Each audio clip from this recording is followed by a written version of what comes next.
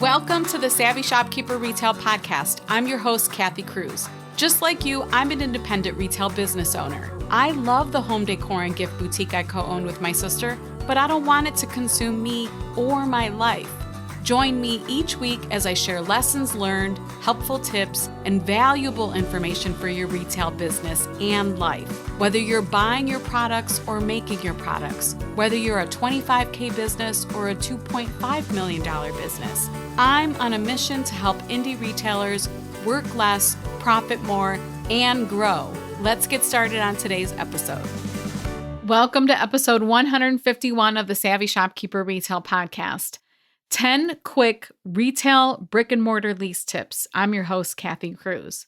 Man, trying to say that title really stumped me. I had to re-record this twice just to get this going. Okay, my intention for this episode is to share some quick tips for those of you either looking to sign your first lease or maybe even renew a lease for your retail store. Now, this doesn't include much in terms of negotiating a lease, but it does have some helpful tips. I've never done an episode on this topic before, so I figured it was time. I am not an expert in this area, but between my own experiences, lots of conversations with other shopkeepers, plenty of research, and a recent and really extremely helpful conversation with a most generous and boss business friend. She does have experience in this arena. I thought it would be good to kick off the beginning of the year with this helpful episode because leases come up often. We don't all own our buildings, although I'm a huge fan of that. If you can do that, fantastic. But most of us do lease. If you're a Master Shopkeepers member, I added a more in-depth written lesson in the lab. You'll find it in the operations module, or you can search the word lease in the academy and the lesson should come up for you in case you want more information. Okay, so let's get started on the 10 tips. The first tip is, I guess it's a disclaimer and a bit of a tip. So obviously the content in this episode is not legal advice. Real estate laws are different in every state. That's the first tip. You'll want to, at minimum, start to educate yourself by doing some research about leases and renting in your own state. Google in this situation might be a really good friend to start. And this leads me naturally to the second tip, which is hire a real estate attorney to review your lease. Generally, from the conversations that I've had, and the conversation with my business friend, it shouldn't cost you more than $500 to have a real estate attorney review your lease for you. Some of us hear attorney and we immediately think that the fee will be cost prohibitive, but this isn't always the case. And I want to make sure I mention a typical rate because although this is a chunk of change, it is worth it. A lease is one of the biggest steps we take to getting our stores open. It's also our biggest operating expense, aside from COGS, which is our cost of goods. But in terms of operating expenses, rent is usually the biggest one. So why not invest some of your money to make sure things are squared away? It just really is probably worth it for you. And again, I can't say it's $500 for everyone everywhere. I'm just kind of gauging based off of lots of conversations what a going price might be for that type of service.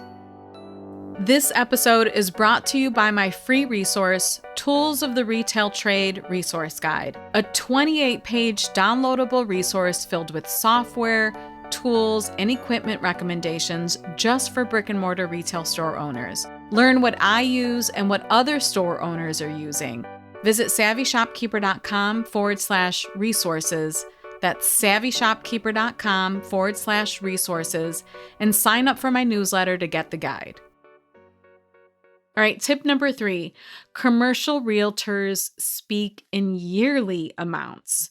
So get comfortable with this. When we're starting, we're most likely comfortable seeing or talking about rent in monthly terms. So we want to know, okay, we're paying $1,000 in rent a month or $2,000.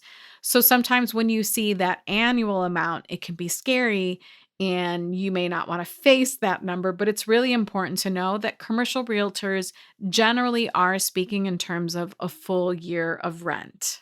It's normal, so I just want you to be prepared for that. So get used to it and start calculating what your monthly budget would look like for a year so you have both. You know what you're paying monthly, and when you talk to a real estate agent, they're not throwing you off if they say $28,000 or whatever it might be. Number 4 is yes, you need a lease. Just like I say, yes, you need a bookkeeper. There's a whole podcast episode on that topic. We'll link it in the show notes. It's simply a smart business decision. We may not feel comfortable with landlords or commercial realtors or accountants, but step into the discomfort because these are parts of your business that protect you and inform you. So go ahead and get a lease in writing. This leads to my next tip, which is number 5, have your financials in order. And or maybe even a business plan. Now, I personally have never done a business plan, so I don't want to come across like I have. But if you really want to be prepared for this conversation with a commercial realtor, having financials in order at the minimum should be done. So whether you're working with a building owner directly or a management company or a commercial realtor, they may want to see your financials. They also want to protect themselves. Just like we do, right? They want to make sure that your business can afford the rent, that you have the numbers to back it up, or a solid plan in place if your business isn't established yet. And I can't fault them for this. Number 6 is everything is negotiable. Ask for more than you want. It makes negotiating easier. I absolutely love that my friend said this when we recently chatted about leases. You want leverage, and asking for more will give you the ability to negotiate with that landlord or the building owner or whoever it is that you're communicating with. Now, you might stand out a little bit because a lot of people don't do this. They're usually afraid to do it, but don't be afraid. Again, it may feel uncomfortable, but that's okay. It's going to give you some wiggle room, and there's nothing wrong with that, right? Number 7, include an option to renew or right of first refusal. So this would be like a clause in the lease.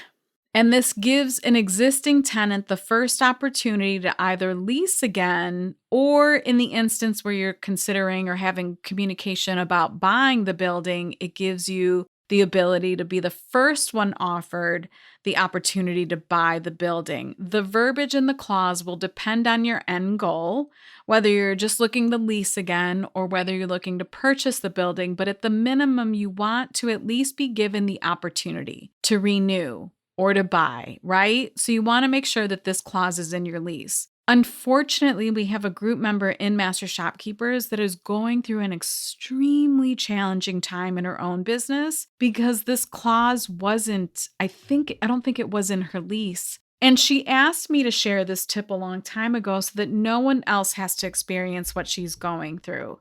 So make sure you have some form of an option to renew or first right of refusal clause in your lease. Number 8. Know this about triple net leases. So a triple net lease, in case you've never heard this term before, and this actually came up in Master Shopkeepers, where some of the new shopkeepers or even people who didn't have this type of lease, they weren't familiar with it. With a triple net lease, you're essentially paying for shared maintenance, taxes, and insurance. I'm not necessarily saying that these are bad leases. There are some Master Shopkeepers members who have triple net leases and they're fine. They've never had a problem with their lease. They're paying rent, they're making revenue, they're paying themselves, they're profiting. I think it was actually 25% of Master Shopkeepers who responded to a recent poll have triple net leases.